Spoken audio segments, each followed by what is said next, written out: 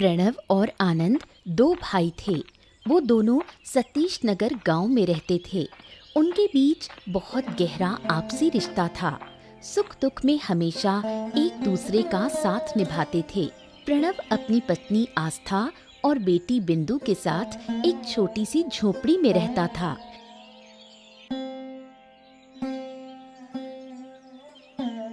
आर्थिक तंगी के कारण घर में हमेशा खींचतान बनी रहती थी। 2 महीने हो गए, अब तक तुम्हें तनख्वाह नहीं मिली। क्या वो सच में पैसे देगा या हर बार की तरह आज कल करके टालता रहेगा? अरे अब क्या कहूँ आस्था, आज भी मैंने तनख्वाह के बारे में पूछा, लेकिन बाबू बिना कुछ कहे बात ही टाल गए। अगर ऐसा ही चलता रहा तो उनके पास अब काम करना संभव नहीं होगा। दिमाग खराब कर रखा है। तुम्हें कहीं और नौकरी तलाशनी चाहिए। 2 महीने से तनख्वाह नहीं मिली और छुट्टियों में भी तुमसे नौकर की तरह काम करवाया जाता है। अगर मेहनत की कोई कीमत ही नहीं मिलती तो सब व्यर्थ है। वही तो, बिल्कुल सही कहती हो तुम। अरे पिछले कुछ सालों से मैं त्योहार पे भी घर नहीं आया, तुम लोगों के साथ समय नहीं बिता पाया, सिर्फ थोड़े से पैसे के लिए दिन रात मेहनत करता रहा, और वही पैसा अगर नहीं मिले तो भैया अब मुझसे तो ना हो पाएगा। मैं बहुत थक चुका हूँ। तुम तो मैट्रिक पास हो, फिर क्यों दूसरों की जमीन पर मजदूरी कर रहे हो? किसी अच्छे दफ्तर में नौकरी खोजो। अरे हाँ, बहुत बार कोशिश की, लेकिन आजकल नौकरी का बाजार ही ठीक नहीं है। कौन दे रहा नौकरी? फिर भी चलो देखते हैं क्या किया जा सकता है। प्रणव की तंगी और दुख के बावजूद आस्था हमेशा उसे हिम्मत देती और सही सलाह देकर उसका साथ निभाती। आस्था की बातों से प्रेरित होकर प्रणव ने खेत में मजदूरी छोड़कर कोई अच्छी नौकरी खोजने का फैसला किया।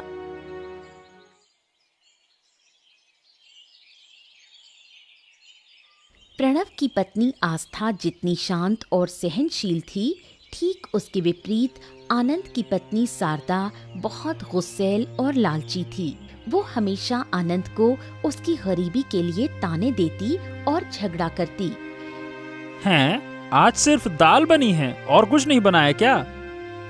नहीं तो क्या, तुम्हारे लिए बिरयानी बनाऊं? एक काम करो, कल से लिख कर देना तुम्हें क्या क्या खाना है, सब तुम्हारे सामने परोस दूंगी। अरे मैंने तो सिर्फ इतना कहा था कि दाल से कैसे खाऊंगा। रोज पसंद की चीजें नहीं चाहिए, लेकिन कुछ तो खाने के लिए होना चाहिए ना।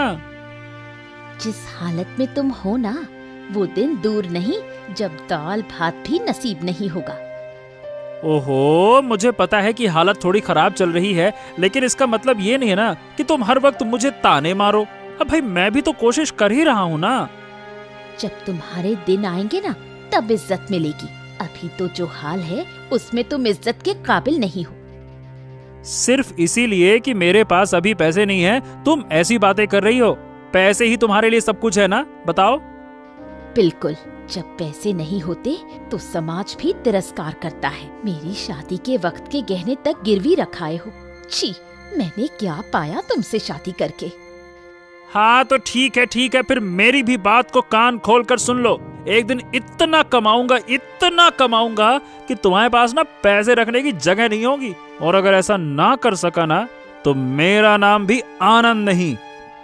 हर दिन की तरह आनंद बिना खाना खाए उठकर चला जाता है। शारदा की बुरी बातें तीर की तरह उसके दिल को चीर जाती हैं। वो पागलों की तरह पैसे कमाने के रास्ते खोजने लगता है। उसका एक ही लक्ष्य है, अमीर बनना और शारदा के तानों का जवाब देना। प्रणव की एक ही बेटी थी, बिंदु। वो सबकी प्यारी थी। दुख दर्द से भरे घर में भी वो खुशियां बिखेरती रहती थी। उसके सभी नखरे केवल उसके पिता प्रणव ही पूरे करते। प्रणव जब घर लौटता तो बिंदु चुपचाप बैठी रहती। ये देख वो उसके पास बैठ जाता। क्या हो गया बेटा, आज इतनी चुप क्यों हो? तबीयत खराब है क्या? नहीं पापा, मैं बिल्कुल ठीक हूँ। ओहो, फिर तो जरूर कोई बात है जिससे मन उदास है। बताओ ना बेटा, क्या हो गया, बताओ। पापा, रोज मैं अपने दोस्तों को स्कूल जाते देखती हूँ।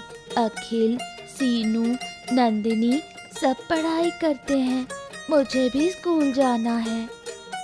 अरे तेरी की, ये घर की तंगी में उलझकर तो मैं भूल ही गया कि बिंदु को स्कूल में भर्ती कराने का समय हो गया है। हो, लेकिन अब क्या करूं? मेरे पास तो पैसे भी नहीं हैं। पापा, क्या मैं कभी स्कूल नहीं जा पाऊंगी? मुझे भी तो स्कूल ड्रेस पहनकर किताबें लेकर स्कूल जाना है। अरे बिंदु बेटा, इतनी सी बात पर कोई उदास होता है क्या? पगली कहीं की। तू जरूर स्कूल जाएगी, पढ़ेगी, लिखेगी और एक अच्छा इंसान बनेगी। बस तू 2 दिन इंतजार कर, मैं तुझे स्कूल में भर्ती करा दूंगा। है अब खुश? प्रणव की बात सुनकर बिंदु खुशी से उछल पड़ती है और माँ को बताने के लिए दौड़ पड़ती है।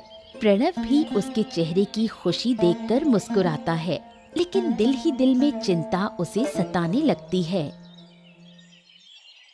प्रणव और आनंद की एक आदत थी, जब भी दिल भारी होता या कोई गहरी बात करनी होती, वो नदी किनारे जाकर बैठते और अपने मन की बात एक दूसरे को बताते। आज भी दोनों वहीं बैठे हैं। दादा, मैं क्या कहूँ, अब मुझसे नहीं हो रहा। मुझे लगता है कि सरदा को उसके मायके भेज देना चाहिए। अब और कोई रास्ता ही नहीं बचा है। अरे क्या हो गया? काहे इतना कुड़कुड़ कर रहा है? फिर से झगड़ा करके आया क्या? बता, क्या बात हो गई? अरे झगड़ा ही तो बचा है अब हमारे जीवन में, और क्या हो रहा है? जब भी घर पे होता हूँ तो बस दे दनादन ताने मारती है। गरीब हूँ, इसीलिए मुझे हर वक्त नीचा दिखाती है। पर अब मैं क्या करूँ? मैं तो अपनी तरफ से कोशिश कर रहा हूँ ना, पर उसे कुछ समझ ही नहीं आता। ये बात तो सही है कि वो कुछ ज्यादा ही ताने मारती है। उसे समझना चाहिए कि तू कितनी मेहनत कर रहा है। अब होता है, समय लगता है कभी कभी। वही तो, वो समझती कहाँ है? अगर वो समझने लगे तो सूरज तो पश्चिम से निकल जाएगा। चलो छोड़ो, तुम क्यों उदास होते हो मेरे चक्कर में? और बताओ, सब ठीक तो है ना? अरे कहाँ सब ठीक है भाई।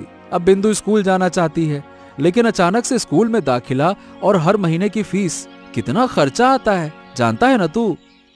अरे तेरे घर का खर्चा तो चलता नहीं है, तो बिंदु को स्कूल कैसे भेजेगा? वही तो बात है, पता नहीं कैसे भेजूंगा। लेकिन क्या मेरी गरीबी की वजह से बेटी को पढ़ने से रोक सकता हूँ क्या? नहीं ना। मैंने एक दोस्त से थोड़ा पैसा उधार लिया है, कल जाकर उसे स्कूल में भर्ती करा दूंगा। बाकी अब बाद में देखा जाएगा। ए आनंद दादा, सुनो ना, मैं क्या कह रहा हूँ कि एक काम करते हैं, क्यों ना हम दोनों कोई अच्छा सा बिजनेस शुरू करें। अब देखो, चाहे नुकसान हो या फायदा, साथ में मिलकर संभाल लेंगे। क्या कहते हो? वैसे देखा जाए आइडिया बुरा तो नहीं है। अच्छा तू सोच कि किस तरह का बिजनेस किया जा सकता है, फिर मिलकर फैसला करते हैं, ठीक है?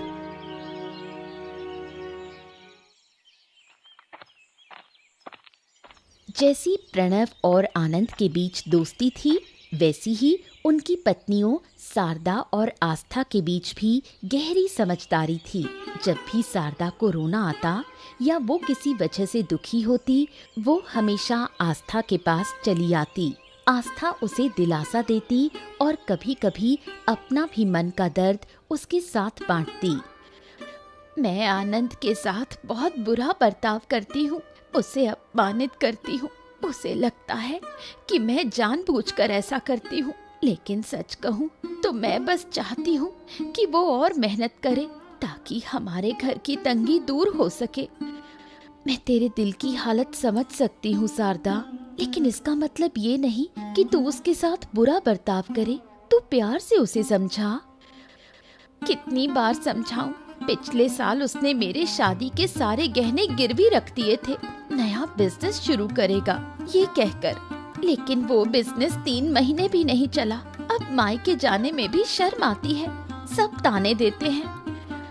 मेरी भी हालत तेरे जैसी है, जहाँ भी जाती हूँ लोग उधारी के पैसे मांगने चले आते हैं। तरह तरह की बातें बनाकर उनसे बचती हूँ, लेकिन फिर भी कभी प्रणव से बुरा व्यवहार नहीं किया, क्योंकि जितना दर्द मुझे है उतना ही उसे भी है। तुम्हारे जैसा सब्र मुझ में नहीं है आस्था दीदी। मैं अपने बाबूजी की बहुत लाडली बेटी थी, याद है ना? शादी के समय हमारे ससुर जी ने कितने वादे किए थे, मैं रानी की तरह रहूंगी, लेकिन अब देखो मेरी हालत। जब तक प्रणव के माँ बाप जिंदा थे सब कुछ ठीक था, उनके जाने के बाद ही ये बुरा समय शुरू हुआ। लेकिन चिंता मत कर, हर बुरे वक्त के बाद अच्छा वक्त भी आता है।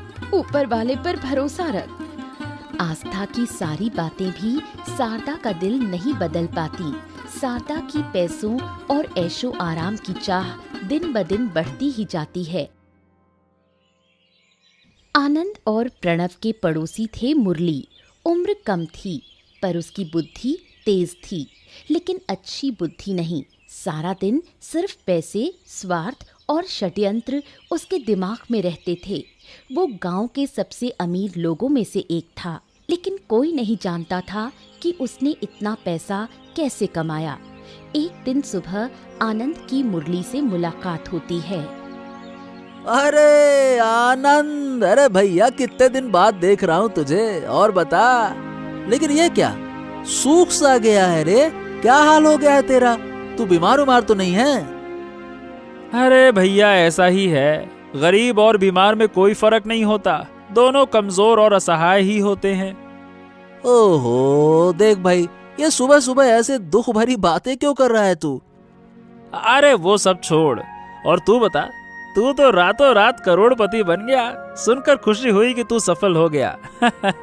चलो बहुत अच्छी बात है। अरे यार तू भी ना गांव वालों जैसी बातें कर रहा है। अरे भाई मैं कितना ही करोड़पति बन जाऊं, अपन अभी भी वही मुरली है यार, जिससे तू बचपन में साथ में खेलता था। हाँ। मानना पड़ेगा, इतने पैसे के बाद भी तुझमें अहंकार नहीं आया। तू वैसा का वैसा ही है जैसा पहले था। और क्या यार, जो इंसान बदल जाए वो इंसान क्या। अच्छा ये सब छोड़, ये बता तेरा क्या हाल है? इतना उदास क्यों दिख रहा है? अरे भाई कोई परेशानी हो तो बता ना, मैं हूं ना तेरा दोस्त। क्या कहूँ यार, घर में बहुत तंगी चल रही है। गरीब हूँ, रोज वही झगड़ा, टेंशन। पैसे ना हो तो पत्नी भी सम्मान कहाँ देती है। समझ गया तेरी समस्या। वैसे तेरे लिए मेरे पास एक समाधान है, अगर तू साथ दे तो मैं तेरी मदद कर सकता हूँ। बोल। इसके बाद मुरली आनंद को अपने गुप्त अवैध धंधे की बात बताता है और बहुत पैसे कमाने का लालच देता है। लेकिन आनंद लालच में नहीं आता। पहले सोचने के लिए थोड़ा वक्त मांगता है और मन ही मन प्रणव की सलाह लेने की सोचता है। मुरली के प्रस्ताव के बारे में प्रणव से बात करने के लिए आनंद उससे नदी के किनारे मिलता है। आनंद प्रणव को मुरली के प्रस्ताव के बारे में बताता है, लेकिन जब धंधे के बारे में पूछता है तो आनंद चुप हो जाता है। अरे भाई अब बहुत बुरा लग रहा है मुझे। इतनी बार पूछा और तू जब पूछूं चुप रहता है। अरे बता ना, मुरली ने किस धंधे की बात की, बता तो। अरे बोल भाई बोल। दादा क्या कहूँ दादा, वो कहता है कि काला बाजारी करता है वो, दाल चावल सब्जी जमा करके। इसी से उसने इतने पैसे बनाए हैं और उसने कहा कि अगर मैं उसके साथ जुड़ जाऊं। क्या घिनौना काम है ये। छी छी छी छी छी छी। पुलिस अभी तक उसे पकड़ नहीं पाई, मैं तो इस बात से हैरान हूँ। अरे दादा, पुलिस जब भी आती है घूस खाकर चली जाती है, और गांव की पुलिस सब घूसखोर है, इसीलिए उसे कोई दिक्कत ही नहीं होती है। ओ, अगर ऐसा है तो भाई फिर उसके साथ काम करना जोखिम भरा नहीं है। और अगर सच में ये काम करके इतना पैसा कमाया तो नुकसान क्या है? वही तो मैं भी ऐसा ही सोच रहा था दादा, लेकिन फिर भी मैं तुम्हारी राय जानना चाहता था, इसीलिए बताने में डर रहा था।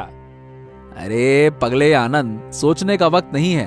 और कब तक हम ऐसे ही भीख मांगते रहेंगे?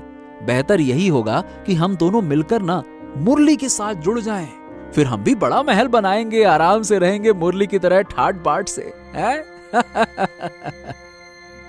गरीबी के कारण प्रणव और आनंद अपनी नैतिकता भूलकर मुरली के अवैध धंधे में शामिल होने का निर्णय लेते हैं। प्रणव और आनंद मुरली के घर आते हैं और उसके साथ बात करते हैं।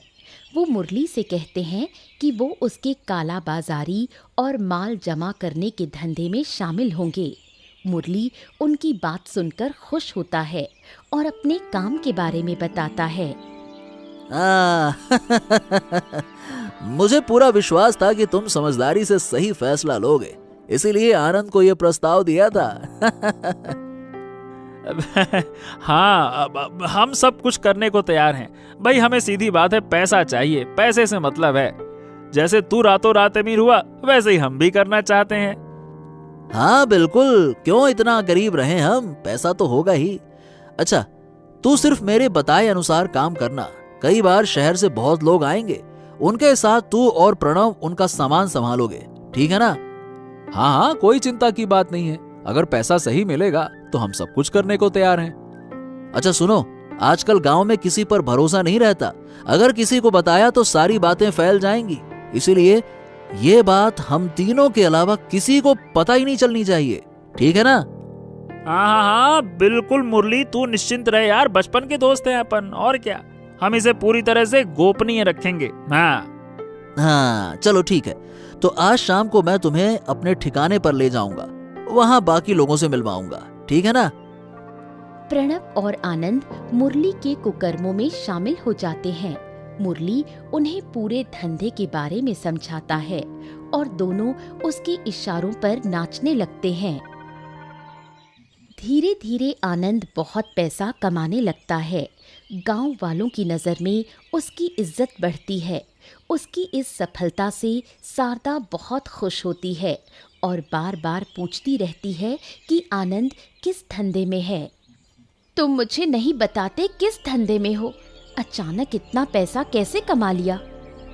हाँ तो और क्या, यही तो तुम चाहती थी ना कि मैं अमीर बनूं। लो अब हो गया। बस हाँ, कैसे हुआ ये जानने की जरूरत नहीं है, समझ गई? ऐसा क्यों कह रहे हो? मैं तुम्हारी पत्नी हूँ, मुझे अधिकार नहीं कि मैं जानूं कि तुम क्या करते हो? अरे यार, तुम्हारे अधिकार और तुम। चलो ठीक है, बताता हूँ, लेकिन एक शर्त है कि किसी से कुछ बोलना नहीं, सारी बात अपने पेट में पचा लेना, नहीं तो ये जो आरामदायक जीवन है ना, सब खत्म। नहीं, ऐसा नहीं होगा। मैं वादा करती हूँ, जो भी होगा मैं उसे छिपाऊंगी। अच्छा सुनो, मुरली जो मेरा बचपन का दोस्त है ना, उसका काला बाजारी का धंधा है। अरे महीनों में लाखों कमाता है, लाखों। मैं और प्रणव उसके साथ हैं, इसीलिए अचानक इतना पैसा कमाने लगे।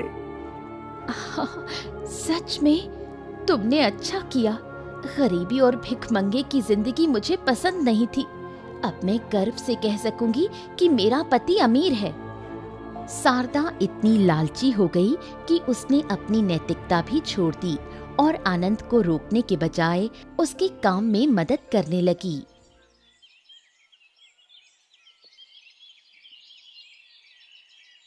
आनंद की तरह प्रणव के घर में भी खुशहाली आई।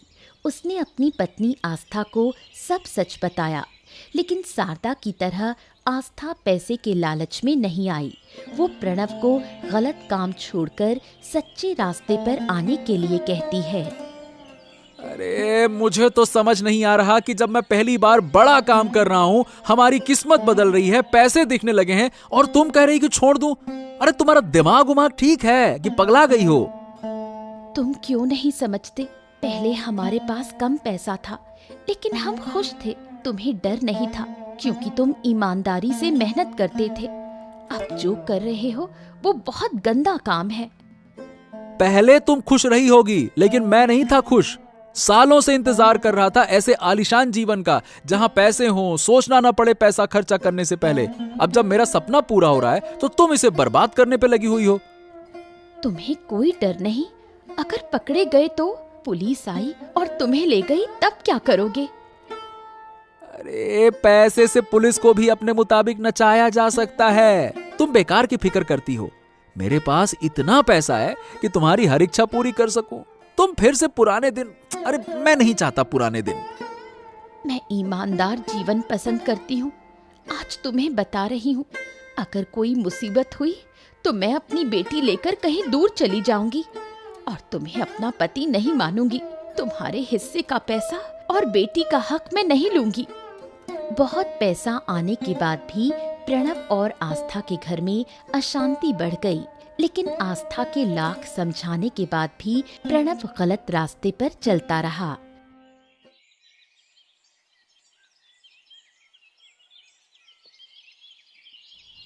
रोज रोज आस्था से मन मुटाव होने से प्रणव परेशान हो जाता है। वो अपनी पीड़ा मुरली को बताता है, लेकिन मुरली उसे सांत्वना देने के बजाय बुरा काम करने के लिए हिम्मत और उत्साह देता है। समझो मुरली, इस दुनिया में कोई अपना नहीं होता। अपने परिवार की खुशी के लिए मैं इतना कुछ कर रहा हूँ, लेकिन मेरी पत्नी मुझसे कहती है कि अगर मुझे कोई नुकसान हुआ तो वो मुझसे दूर हो जाएगी। बताओ भला।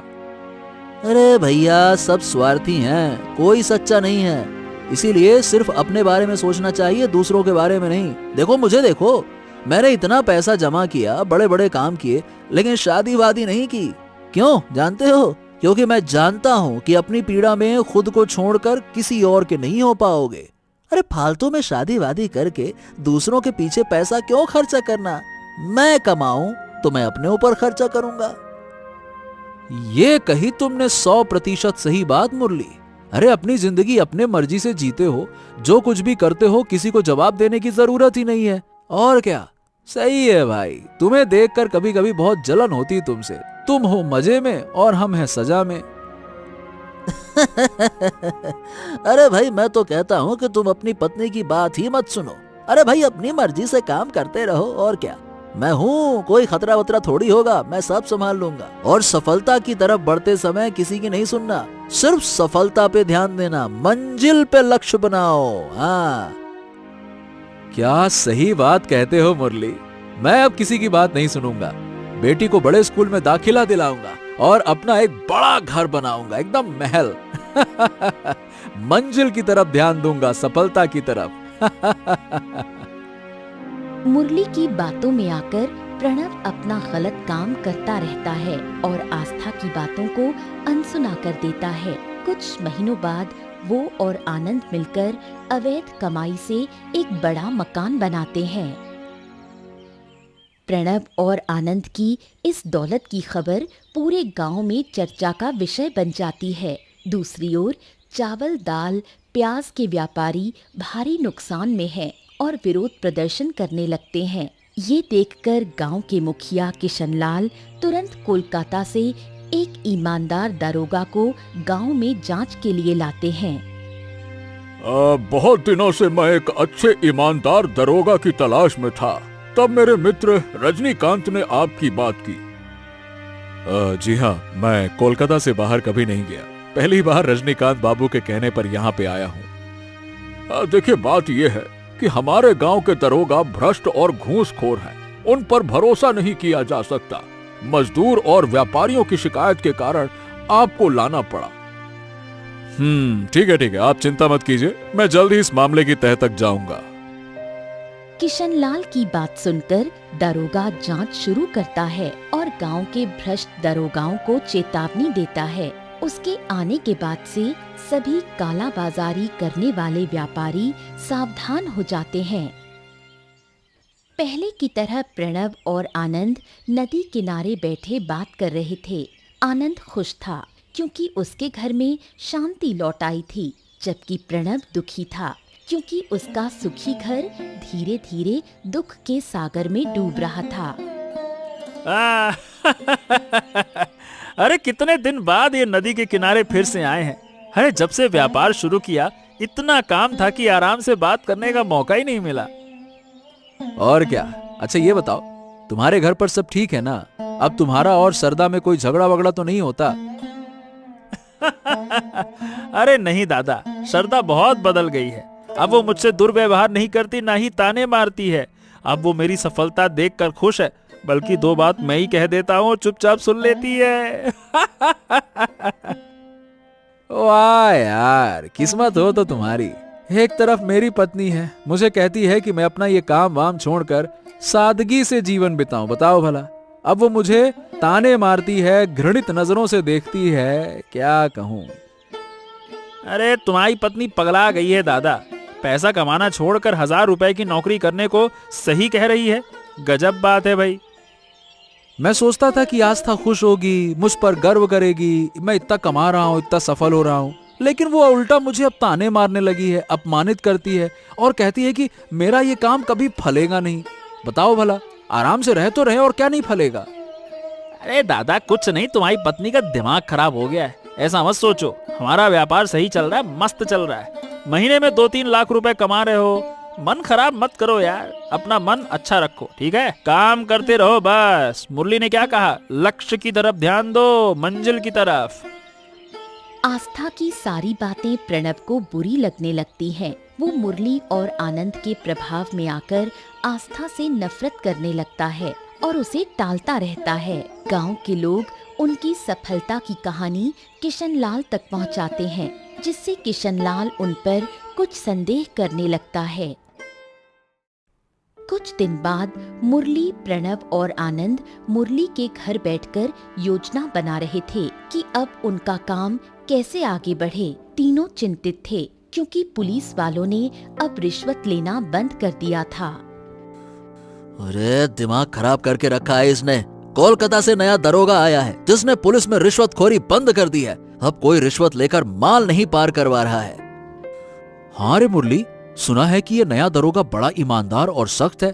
उसे रिश्वत दिखाने की कोशिश भी करो तो वो थाने में डाल देता है। यार ये तो बड़ी मुश्किल हो गई। हाँ यार, शहर के लोगों के नदी के पार आने जाने पर रोक लग गई है। ऐसा चलता रहा तो हमारा तो व्यापार ही खत्म हो जाएगा। फिलहाल गांव के अंदर ही कारोबार सीमित रखना होगा। अब क्या कर सकते हैं? अगर इस दरोगा को पता चला तो हमें पकड़वा देगा वो। जैसे कि छोटे व्यापारी पकड़े जा रहे हैं। मुरली, हमारे तो कई परिचित फंस गए हैं, कभी हमें पकड़ ले पता नहीं। हाँ आनंद, बात तो सही कह रहा है।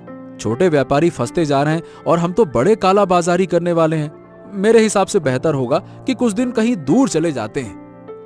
वो तीनों कुछ दिन के लिए गांव छोड़कर भागने की योजना बना रहे थे। तभी पुलिस आकर उन्हें घेर लेती है। वो डर के मारे सन्न रह जाते हैं। फिर पुलिस उन्हें पकड़कर थाने ले जाती है। प्रणव, आनंद और मुरली को पकड़कर जेल भेज दिया जाता है। वहाँ किशनलाल और वो दरोगा आते हैं जिन्हें किशनलाल कोलकाता से लाया था। किशनलाल बाबू, ये हैं हमारे मुख्य संदेही प्रणव, आनंद और मुरली। और जहाँ तक पता चला है कि ये तीनों कालाबाजारी में मुख्य रूप से शामिल हैं। इनके कारण आपके गांव के सैकड़ों विक्रेता और व्यापारी नष्ट हो गए, बर्बाद हो गए। और ये सारा कामकाज इन्हीं लोगों के अंडर था। हैं? प्रणव, आनंद, मुरली, तुम लोग? बाबू, कहीं कोई गलती हो रही है। मुरली कालाबाजारी करता है, ये सच है, लेकिन हमें दोष मत दो। हम अपनी मेहनत से आए हैं। जो जमीन थी उसे बेचकर पैसा कमाया है। कृपया विश्वास करें, हमने कुछ गलत नहीं किया। चुप हो जाओ, फालतू में रोने धोने की जरूरत नहीं है और तुम्हारी कोई भी बात अब काम नहीं आएगी। तुम्हारे खिलाफ सबूत तुम्हारी अपनी पत्नी आस्था देवी ने दिया है, समझे? ये सुनते ही आस्था वहाँ आती है। प्रणव क्रोधित हो जाता है। आस्था, मैं तुम पर सबसे ज्यादा भरोसा करता था और तुमने मेरे साथ ऐसा किया, मैं सोच भी नहीं सकता था। मैंने पहले ही चेतावनी दी थी। माँ चाहती थी कि तुम सब बुरे काम छोड़कर सीधी सादी जिंदगी जियो। मैं चाहती थी कि तुम सब बुरे काम छोड़कर सीधी सादी जिंदगी जियो, लेकिन तुमने नहीं सुना। तुम्हारे इस काम से कई निर्दोष लोग परेशान हुए, इसलिए मुझे मजबूर होकर तुम्हारा मुखौटा हटाना पड़ा। इसके बाद पुलिस मुरली के घर से कई दस्तावेज और सबूत लेकर आती है। आस्था की गवाही और मिले सबूतों के आधार पर प्रणव, आनंद और मुरली को आजीवन कारावास की सजा सुनाई जाती है। दुखी आस्था अपनी बेटी के साथ अपने घर लौट जाती है। इस तरह दो लालची भाइयों की दौलत के